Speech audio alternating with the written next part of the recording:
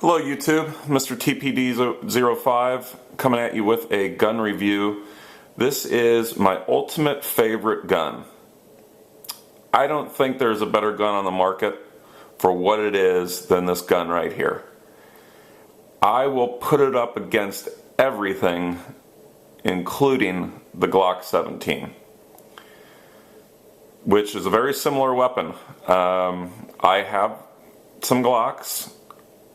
I like them a lot, but in the 9mm version of the HS2000, i.e. now Springfield XD, I think this is a better gun. That's just my opinion. Your opinion may vary. This gun is made in Croatia. It was made by a company called IM Metal. I don't know if you can see that on there or not. IM Metal. You see the HS2000.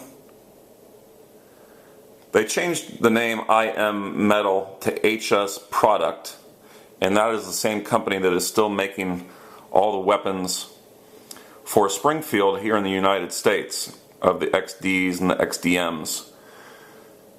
Excuse me. So what happened was this gun was starting to be imported in the US around 1999, late 99, I believe, 2000. I picked this up in late 2000. This is a second edition because it has the Picatinny rail. So I picked this up not knowing exactly how great of a gun it was. I did do some research, and it was a highly regarded gun for the money. I picked this up for $330, I believe, in the year 2000. As I think you all know, that's a heck of a deal for buying a Springfield XD. So, especially, you can't find this gun on the market anymore. If you go to Gun Broker, they're just not there. So pick it up if you ever do see one, because I mean, it's not going to make you rich someday, but it is a nice collectible. So again, this is my favorite gun for a myriad of reasons. Number one, it's my go-to-war gun. It's my service pistol. It's the ultimate in service pistols. It is a 9mm, so some people don't care for the 9mm, and that's totally fine. But it has obviously done its job over the years.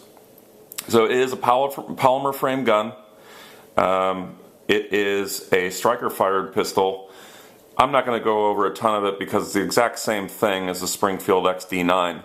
So, but it does have a lot of nice safety features to it that I think puts this gun in a class of its own, because it still has the safety features, but it's also just as easy to use without misusing it, or not, thinking that you're going to use it and having some sort of safety on it that puts you in a bad position.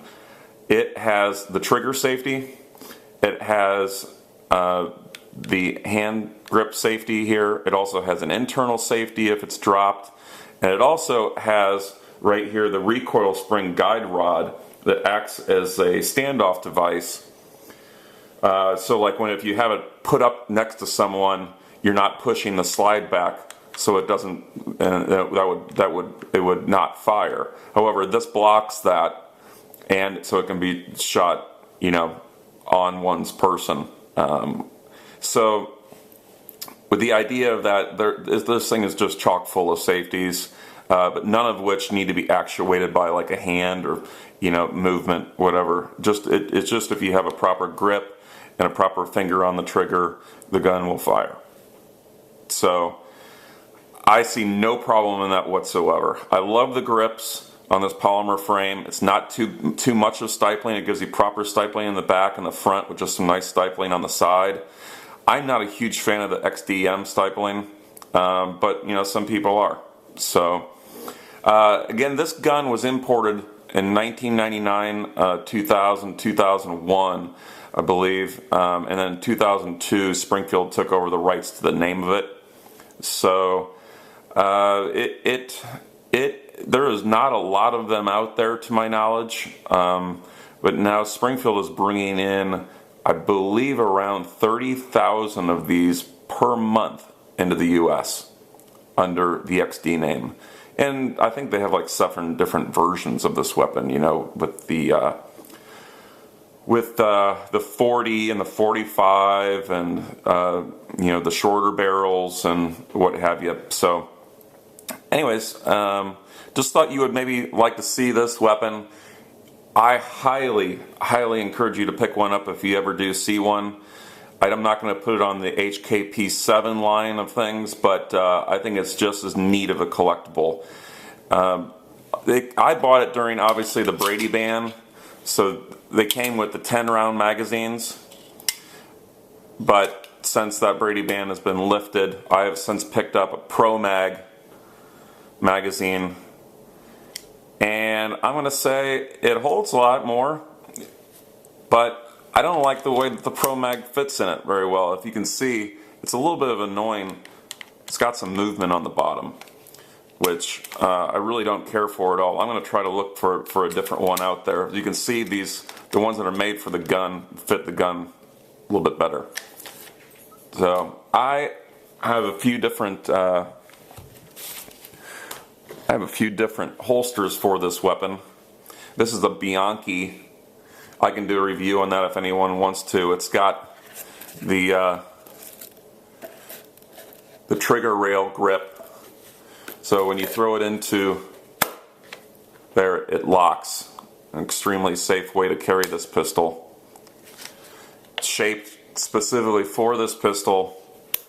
You can still pick them up for the XDs. And I also have a Kydex paddle holster that works fantastic for it as well. So